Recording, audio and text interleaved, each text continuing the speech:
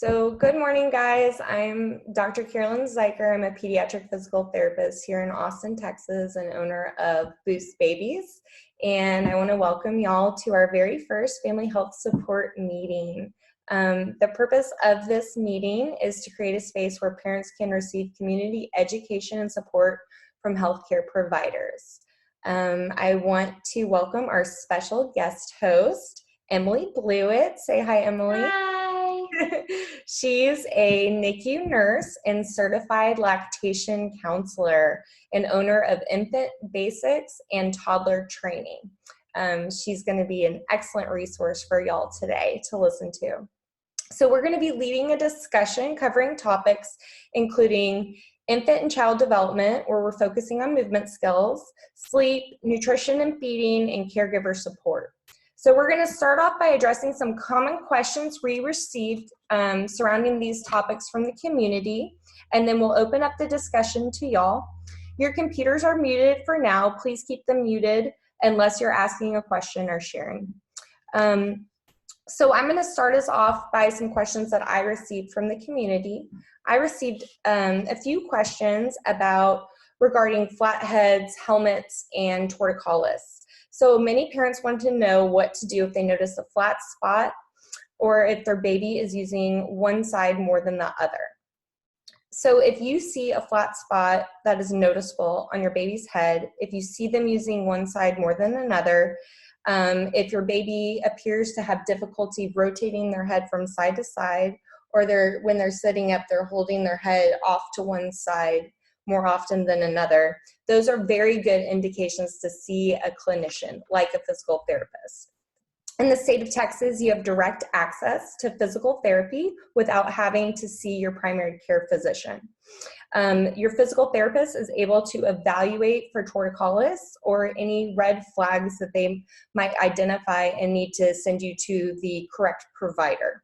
So these red flags could be poor visual tracking, poor muscle tone, muscle mass in the front of their neck that's causing their head and neck position. Your physical therapist can refer you to your primary care physician, your orthotist, or even a neurologist if needed. We know from research that the earlier you start intervention with these kiddos, the better the outcomes and the shorter the treatment time. So it's really important to identify these kiddos early. I was also asked to share some tips for improving head and neck position early on. A couple ideas are to alternate sides for breastfeeding, so the right side and the left side.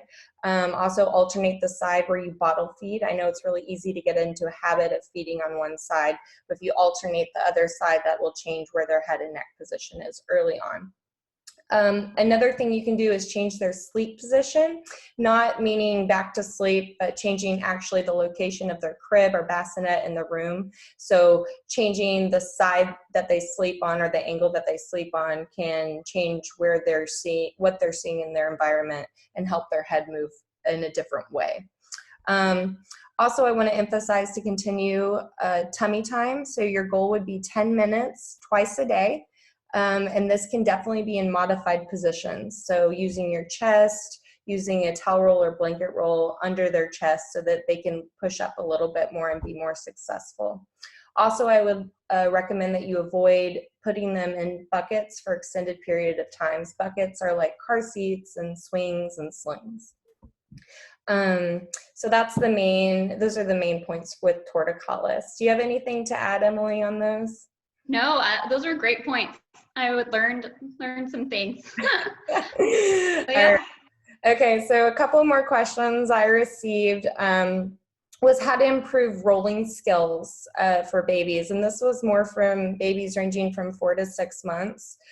Typically, when you're trying to work on rolling skills, you want to get them used to free playing and moving. So by changing their positions from just being on their back or just being on their tummy and using a sideline position, your baby can actually start to figure out how to roll their shoulder back and forth and play in the middle.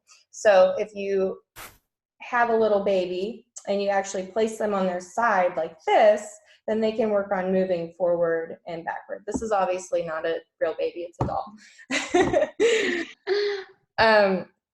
So another way to improve rolling skills is having them reach for their feet. So when they're on their back, playing by pulling their feet up towards their mouth, getting them to grab their feet, and then you can work on some rolling skills from side to side.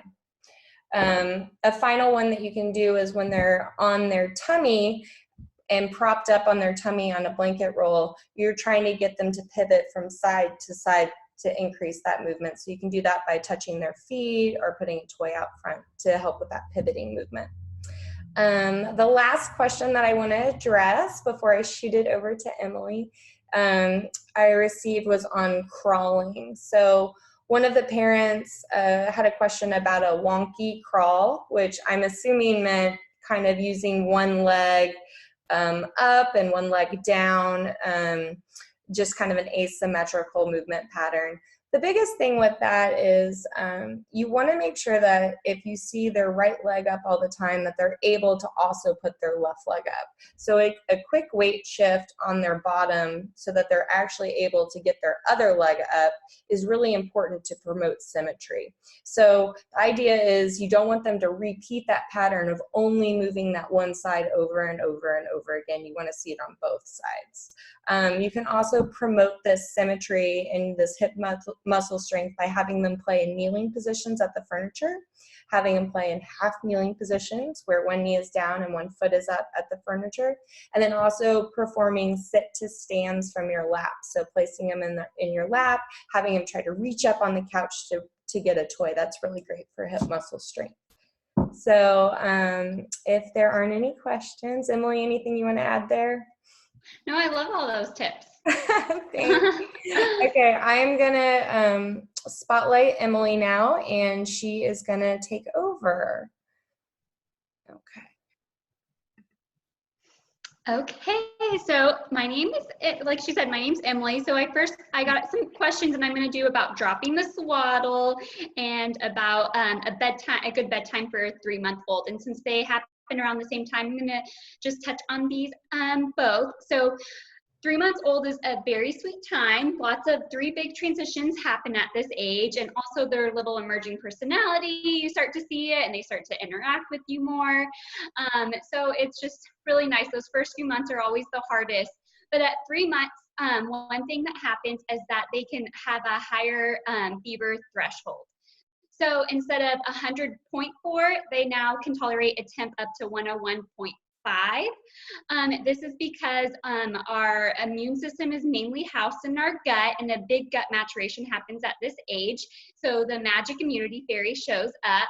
But still, if a baby has even just like 100.2 fever and your mom gut is telling you that there's something more to it, please make sure to call your pediatrician, because we are definitely more worried about a baby who has 100.2 fever, who is acting lethargic and very irritable, not acting like themselves, versus a baby who has 101.3 temperature and acting fine.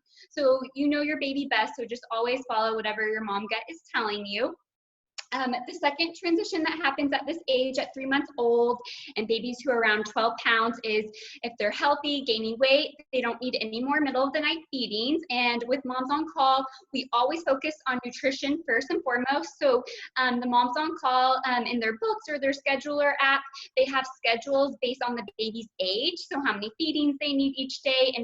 And so this way we ensure that the baby gets optimal nutrition during the daytime hours so they can focus on sleeping efficiently at night. Then third is the question about dropping the swaddle. So also around 3 months old, 12 or 14 weeks old, for healthy babies who are developmentally on track, you can drop the swaddle. And we really like to drop the swaddle before the 4-month sleep regression, because this way we have made them comfortable with their own body management before 4 months old. We also have taught them how to fall asleep unassisted in an unchanging environment. When you drop the swaddle, I also like transitioning them to their crib, because if you haven't done so yet, because then they will sleep better, because also at 4 months old, they're developing self-agency and object permanence. So when you room share past that 4 months, 5 months old, they have these little night wakings turn into full-blown wakings, because they now realize that they're right next to their mom or dad. So when you drop the swaddle, we want to just drop it at night first. So we'll drop it for 1 to 2 weeks at night, and then we'll drop it for naps. Naps are always harder when dropping the swaddle, so just hang in there. Really following that Moms on Call schedule helps a lot because babies have a built-in internal clock. So when things happen around the same time every day, it just provides security for them because then they know what to expect.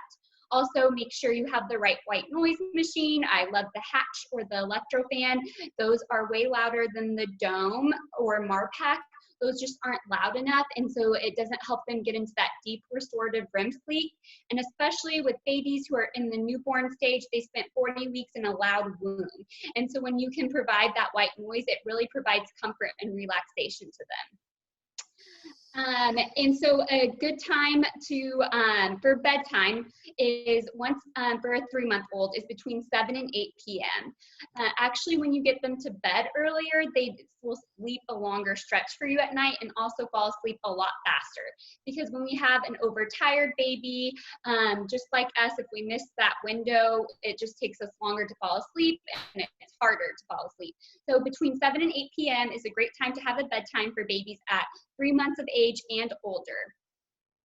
My next question I was going to go into is the 8-month-old sleep regression. I've had a few clients and then people on Instagram email me about this as well, because at 8 months old, it's just kind of a tricky time because the baby, their sleep needs change during the daytime hours. So before 8 months old, they need about 3 to 4 hours of daytime sleep. And then at 8 months old, it kind of changes to around 2.5 to 3 hours of daytime sleep. And also, this is the time that you normally drop that evening cat nap at around 8 months old. So this tends to kind of mess with their nighttime sleep a little bit, just because babies change so much this first year and they're constantly, growing. And so I was going to touch on some things to help you through this sleep regression. One is, if you don't already have it in place, that Moms on Call schedule, because then they have that consistent nap times and you're able to make sure they don't get overtired.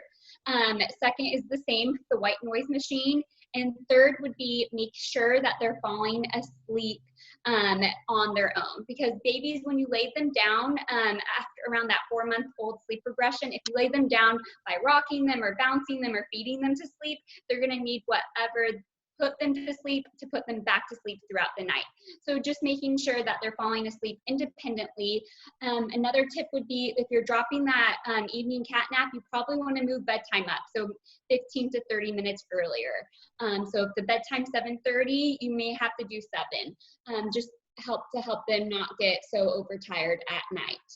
That's also a good trick for early morning waking. So when babies are getting up around 5 a.m., just putting them to bed 15 to 30 minutes early will help with that. Any of these changes you're doing, you have to give it a good week. My next question is older sibling and baby sharing a room. So I recommend, if you're going to do this, so have the baby in your room or in your closet if it's a safe place until 3 months old, until we drop that swaddle and drop the middle of the night feeding. And then once you drop that swaddle, then you can transition them to a room with their big sibling. So you would want to prepare the toddler for this transition. There's 2 ways you can help prepare the toddler for this. Is one, what at Moms on Call toddler book, triangulation statements. So this is positive statements we say throughout the day in front of the toddler, to their grandparent, to dad, to someone that they really love. We're gonna just speak positive things about this transition, like, Kaylee is gonna be such a good big sister at sharing a room with her sister. And also talk about some rules that you're gonna have, like, nothing goes in the crib with baby, just some things that you're gonna just wanna give it a week of preparing them for this transition before you do it. Also at Moms on Call, I love their toddler tender time. So this is when we go over the 3 household rules each day. We go over one thing they did great at today, and then one thing we're working on, which would be her being a big sister or a big brother and sharing a room with their sibling. And just be like, babies cry sometimes at night, that they're gonna be okay. And really, siblings have an innate ability to sleep through their other baby crying. Make sure you have a white noise as well that will help drown out that sound. My next question was for babies with baby acne, little red bumps, they said, with yellow whitehead skin. It's normal for newborns to have rashes.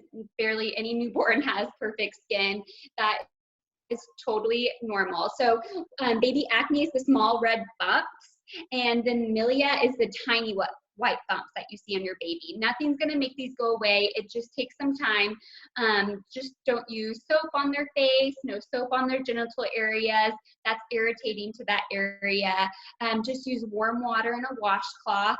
Once that umbilical cord falls off, you can start giving them a bath. But there's nothing that we can do to heal it. If you're ever concerned about it, then please contact your pediatrician. But what I love is about in the Moms on Call baby book, they talk about it like different, like everything you need. It's just a short baby manual of all the normal questions that we have when it comes to raising our babies. And that was actually in the book. Next is diaper rash. So you can start using diaper ointment on a baby at 1 week old. That was the question. I like to do Desitin and Aquaphor. You want to put it on like you're lathering a cake, so that you're frosting the cake. It's a 1/4 of an inch thick. Make sure it's everywhere on the bottom. First put the Desitin on, then the Aquaphor. You don't want to wipe the bottom off each time, the ointment off each time you change the diaper, because that defeats its purpose of being a barrier. We want to protect their skin, so only take it off at the end of the day, right before bath time. That's when you can clean the area really well. But other than that, if it's poop, just dab off the poop. If it's pee, no need to wipe it, just put some more ointment on, and this helps protect their bottom. I also, if it was getting bad, I would do some tummy time with my daughter, strip her down to nothing, get an adult towel, and do some tummy time and help air out that bottom. If it's red and bumpy, you need to call your pediatrician because they might prescribe Lotrimin AF. And my last question is about circumcision. So it usually takes 7 to 10 days for a circumcision to heal. It kind of looks a little red, yellowish. Once it's healed in that 7 to 10 day period, what you're gonna wanna do before bath time, once the umbilical cord falls off as well, is you're gonna wanna pull down the foreskin and clean it. We like to clean the genital area really well at the changing station before bath time, because first, we don't use any soap, and then second, it's really hard to get that area clean, especially once they get all those baby rolls. So you'll just want to clean it really well, and then make sure you're pulling down that foreskin once it's healed, because what can happen is the foreskin starts to come up, and then they have to get a procedure to get that skin back down. And that is all the questions I got. Do you have any other questions? Or That sounded really good, Emily. If anyone that is on this call here, Kelly, Harley, Vanessa, if you guys want to unmute your computer and jump in and ask a question, now's the time. I really enjoyed hearing about the diaper rash cream. I think that was a really good point. Would anyone like to jump in? And you definitely don't have to, but. Hey, Emily, I missed what sound machines you recommend. Oh, so I recommend the Hatch or the Electrofan. So the Hatch is really great because in the toddler years, then you can use it as a nightlight. We don't want to use a nightlight though until they ask for one. So for babies, you want to keep it completely dark like the womb, and so that helps a lot. But yeah, the Hatch is my favorite, or Electrofan. I have a question. Okay.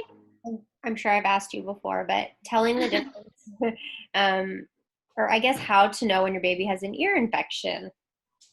Oh, yes.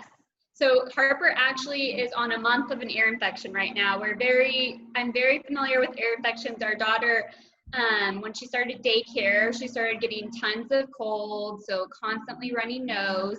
With her, she never really had a fever with her ear infections.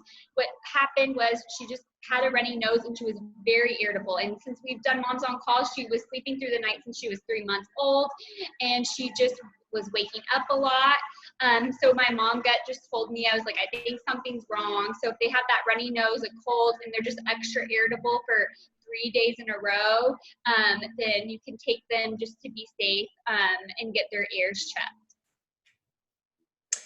One other point to that, Emily, I know that with the COVID now, a lot of the doctors are recommending parents purchase an otoscope and to start checks at home to help with telehealth. So that could be a good idea if you have a child that has frequent ear infections, and talking to your physician about their telehealth plans. Where do you even get, I've never even heard of that utensil or like, medical. It's OTOSCOPE, otoscope. It's that black thing that they put in their ear. Yeah. I'd have to look up on medical supply. I bet you can get it on Amazon. I know, Vanessa, you bought one. Yeah, I got one on Amazon for $40. Yeah, it's great. I use it all the time. Yeah, they run about $30 to $70 typically. Okay. And I know our pediatrician, what they're doing is, they're doing telehealth right now, and they'll see you through the we FaceTimed with them, and then they are now doing a drive, it's like a drive-through pediatrician. So they come out to your car and they're all in their gown, and that's only if needed, but really they're trying not to see any patients unless really needed. And a lot of even urgent cares are doing that telehealth thing now too for have you heard of that urgent care, Carolyn, down it's south, and it's owned by Texas Children's Hospital? Is it at the Westgate one? Yeah, that one. Mm-hmm. They're doing telehealth, so you could have them do that as well. And I heard it's just pretty cheap too. That's good. Yeah, we actually did a Skype thing on Monday with our, a pediatrician, and they were like, oh, no fever. She's probably fine. She's never had an ear infection. But, and then her 9-month appointment is Tuesday. So I'm like, do I just hold out? Or? She's just really fussy. So is that what irritable? Well, her sleep is, I don't think she's super fussy, but she does have a stuffy nose. It runs a little bit. She'll sporadic, she coughed 5 times a day. And I was like, oh my God, does she have coronavirus? Yeah. That's the first thing that goes to everyone's mind. But I told you about her sleep this week has been ridiculously poor, which has never been an issue for us. So. Yeah. Is she pulling at her ears at all? No. Yeah. That's so hard. So, and then you go Tuesday, are they going to actually let you go there? Yeah. We have they're doing wellness visits in the morning. So yeah. Oh, good. Well, that's good. That you'll really good to see the pediatrician. Yeah, I just would follow. If you really feel every baby I feel like ear infections act differently in babies. Mm-hmm. Yeah. It's so hard. They can't tell you. I have no idea what it would look like for her. I just know that she's not been great this week. Oh, it's so hard. Really hard. I feel like they just changed that. First year was always the hardest too, because they just changed so much, and they can't talk to you, so they can't tell you what's wrong. Use that mom gut too. If you feel that you need to go to an urgent care, obviously, that's always available the weekend. If she's okay and she's eating and sleeping and not running a temperature, and you can wait till Tuesday, then obviously they'll be able to take a look then. But I always say the mom gut doesn't lie. That's great. I'll do that then. Any other questions? You guys feel okay? Well, this was our very first family health support meeting, and we're going to do it again tomorrow at 2 p.m. Central Time. I know we forgot to say what time zone we were in. I want to thank Emily for joining me today, and I hope you guys. Thank you so much. Yeah, I hope you guys got your questions answered. If you need more information on physical therapy, my company, you can look me up at www.boostbabiesaustin.com, or @boostbabies is my handle. And Emily? Yes, and thank you so much, Carolyn, for having me. And I always recommend her to all my clients who have developmental questions. She is amazing. Everyone says she's so sweet, and I totally agree. So definitely reach out to her if you have any questions about your baby's development and movement. You can find me on Instagram at Infant Basics and Toddler Training. I offer virtual consults right now through phone, FaceTime, Zoom. I also offer email consults, and I'm offering 25% off right now until April 13th with all this crazy. I just want to be there and help support and encourage you and your family during this time. So thank you so much, Carolyn, for having me, and I really appreciate it. Thank you, Emily, and thank you guys for joining us, and we'll see y'all tomorrow. Bye. Bye. Okay.